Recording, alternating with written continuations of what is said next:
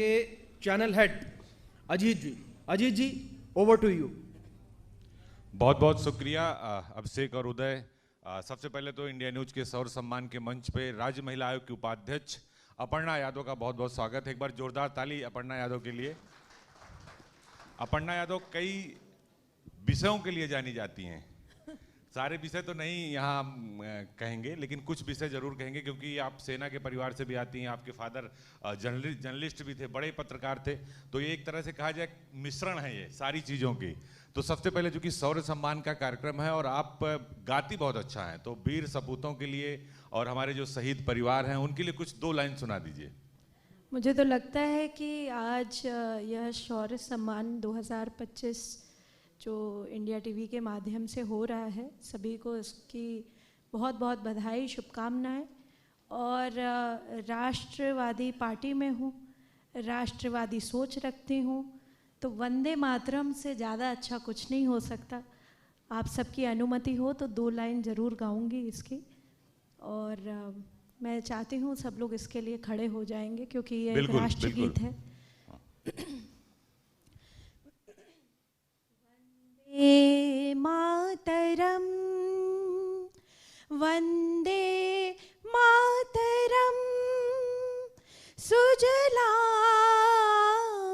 सुफलाम मलयज शीतलाम शस्य श्यामला मातरम,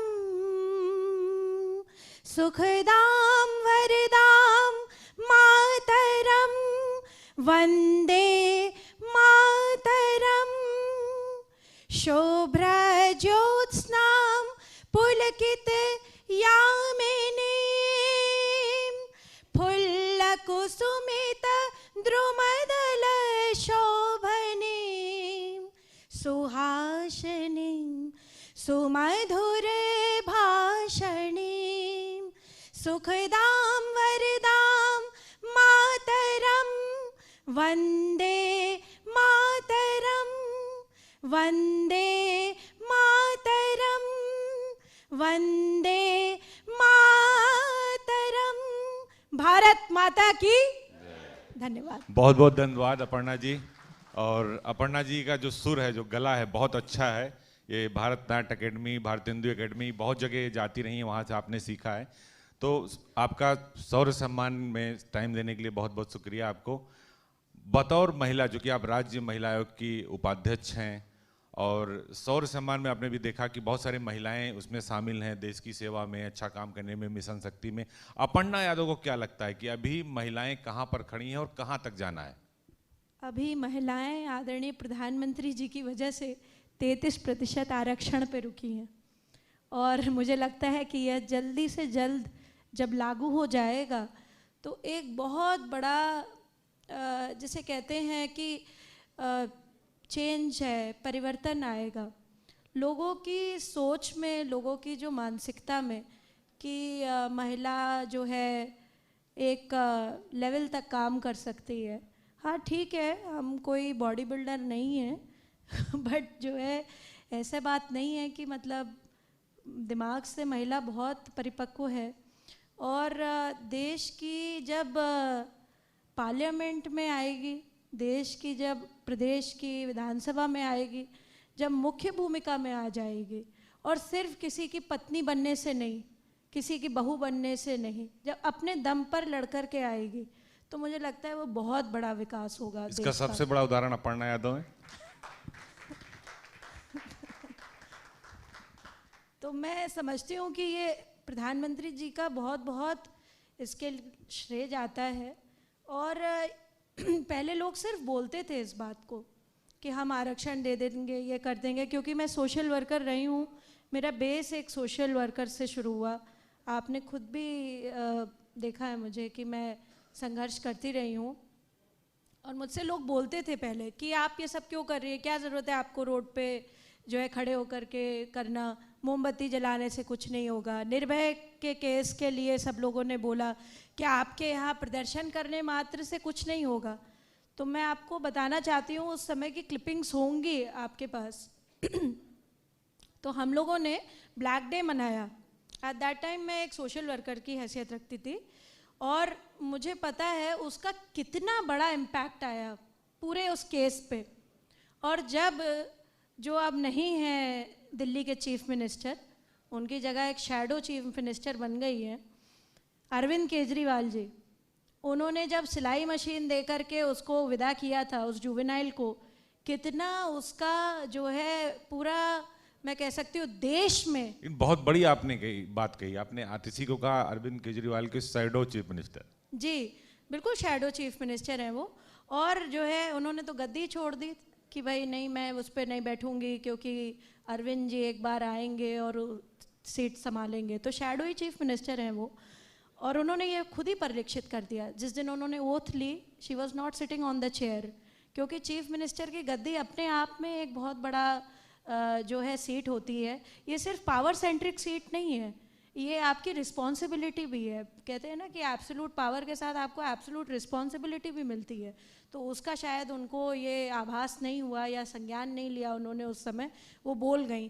खैर वो एक अलग विषय है, पर उस समय जब जुवेनाइल को एक सिलाई मशीन दे करके उसको छोड़ दिया कि नहीं नहीं ये तो एक बच्चा है, तो उसका जो देश में हम लोगों ने भी प्रोटेस्ट किया, एक जो मैसेज गया वो बहुत बड़ा था। और उसकी वजह से हमारे बीच में क्रिमिनल अमेंडमेंट लॉ में चेंज हुआ 2012 में, फिर उसका होते होते होते होते एंटी रेप लॉ। पहले आपको पता नहीं होगा कि हमारे देश में वॉयरिज्म यानी ताक झाक करना या स्टॉकिंग करना, पीछा करना किसी लड़की का, ये एक अपराध ही नहीं था।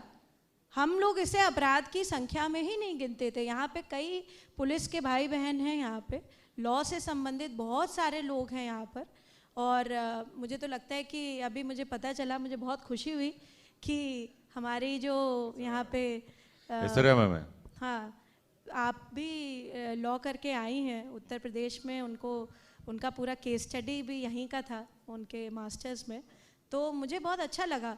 But before 2012, before the Nirbhaya case, voyeurism, stalking, cyber stalking, these things were not a criminal part. अब बदल गया उत्तर प्रदेश क्योंकि आप राज्य महिला आयोग की उपाध्यक्ष हैं और मेरे बनने से उत्तर प्रदेश नहीं बदला। नहीं, मेरी बात पूरी नहीं हुई। आप राज्य महिला आयोग की उपाध्यक्ष हैं और उत्तर प्रदेश देश में महिलाओं के प्रति अपराध करने वाले सबसे ज्यादा लोगों को, 8,500 लोगों को कोर्ट में पैरवी करके सजा दिलाई है। तो जो एक महिला असुरक्षित महसूस करती थी, क्योंकि अब आप राज्य महिला आयोग की उपाध्यक्ष हैं, जिलों में जाती होंगी तो महिलाओं से जुड़ी जो शिकायतें आती, पहले होता था कि पुलिस कप्तान नहीं सुन रहा है, जिलाधिकारी नहीं सुन रहे हैं, वो दर बदर भटकती थी, क्या उसमें बदलाव आया? बतौर महिला अपर्णा यादव से जानना चाह रहे हैं। मैं समझती हूँ कि डेफिनेटली बहुत बड़ा चेंज आया है।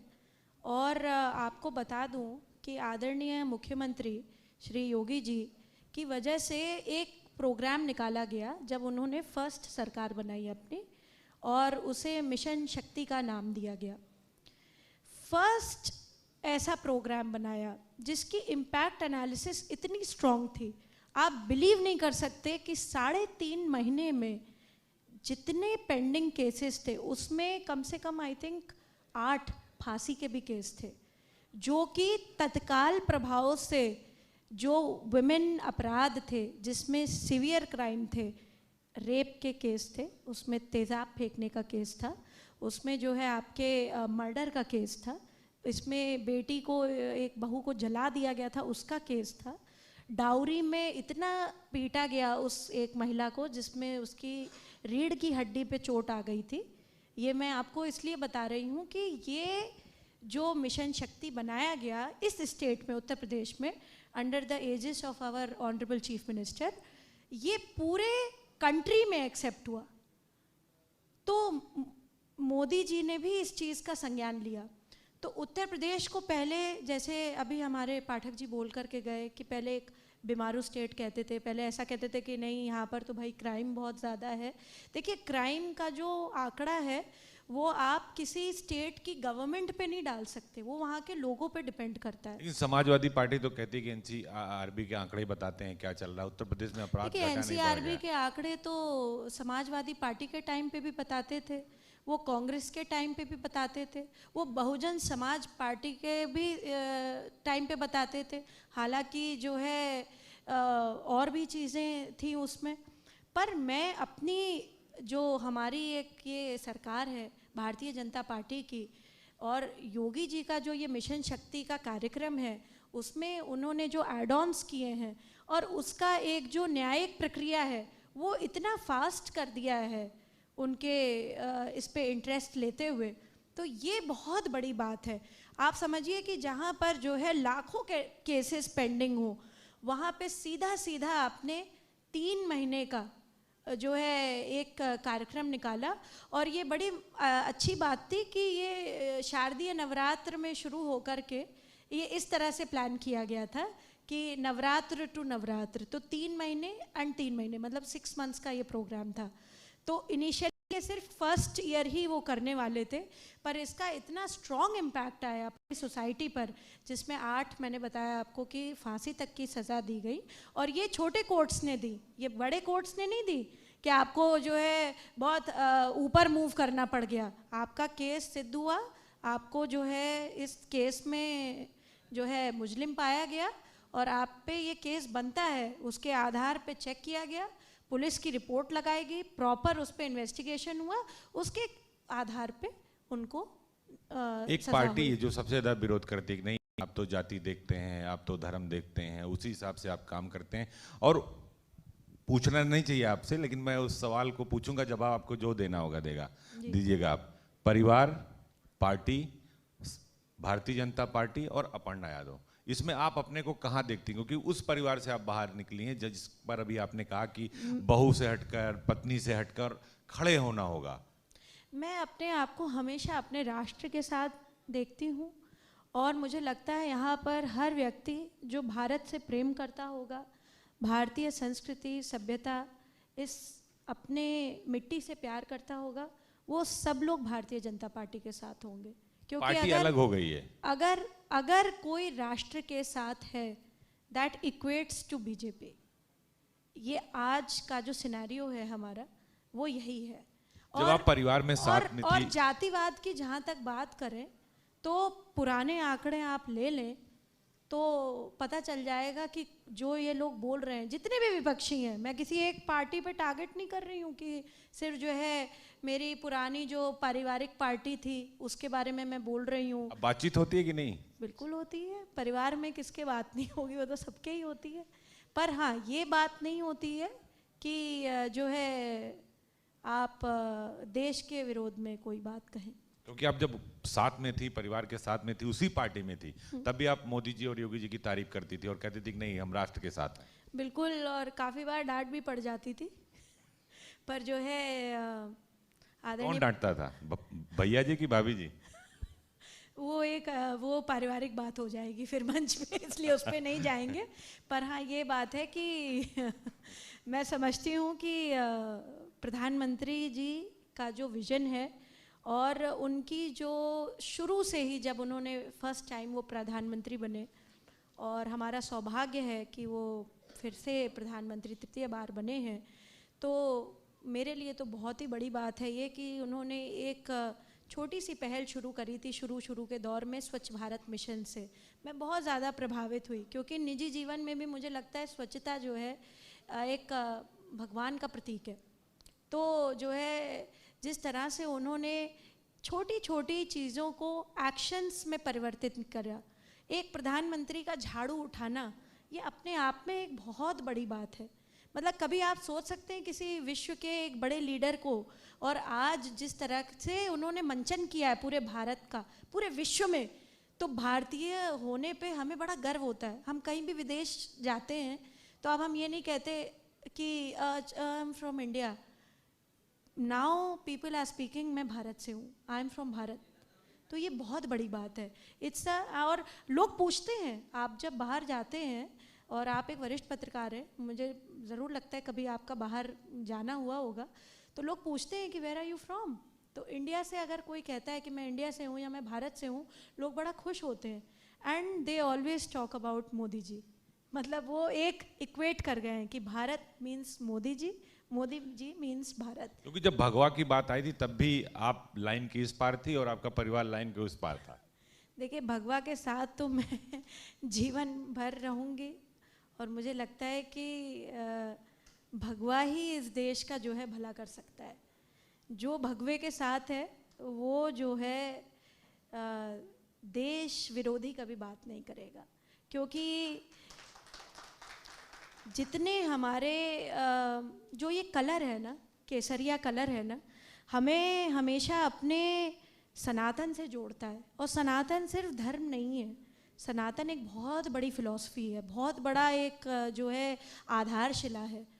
और इस देश की मूल्यों को प्रोटेक्ट करने के लिए साधुओं ने, सन्यासियों ने अपना जीवन दिया है। सनातन पर कुछ 2 लाइन सुना दीजिए। लोग सुनना चाहते हैं कि अपर्णा यादव अगर मंच पे हैं तो कुछ सुनाते रहें। सनातन में क्या ही बोला जाए, भगवान राम का मंदिर बन गया हम सभी के लिए, इससे बड़ी बात क्या हो सकती है। तो प्रभु श्री राम का ये अद्भुत भजन है, सभी लोग अपने डेली पूजन में शायद गाते ही होंगे इसको, तो वो मेरे साथ आप लोग भी गुना दीजिए। श्री रामचंद्र कृपालु भज मन, हरण भव भय दारुणम, नवकंजलोचन कंज मुख कर, कंज पद कंजारुणम, श्री राम श्री राम। क्या बात, इतना अच्छा गला आपने कभी मायानगरी नहीं ट्राई किया? मैंने सुंदरकांड गाई है, सब लोग सुनेंगे आज यूट्यूब पे उसको। जी बहुत बहुत शुभकामनाएं इसके लिए आपको। जी धन्यवाद। तो ये थी अपर्णा यादव जो इंडिया न्यूज के शौर्य सम्मान के मंच पर आई और हमसे बातचीत किया। उन्होंने परिवार के मुद्दे पर भी बोला, लेकिन उनकी लाइन जो है वो बिल्कुल क्लियर होती है कि वो किस तरफ हैं और बाकी लोग किस तरफ हैं। बहुत बहुत शुक्रिया आपका। धन्यवाद। बहुत बहुत शुक्रिया अपर्णा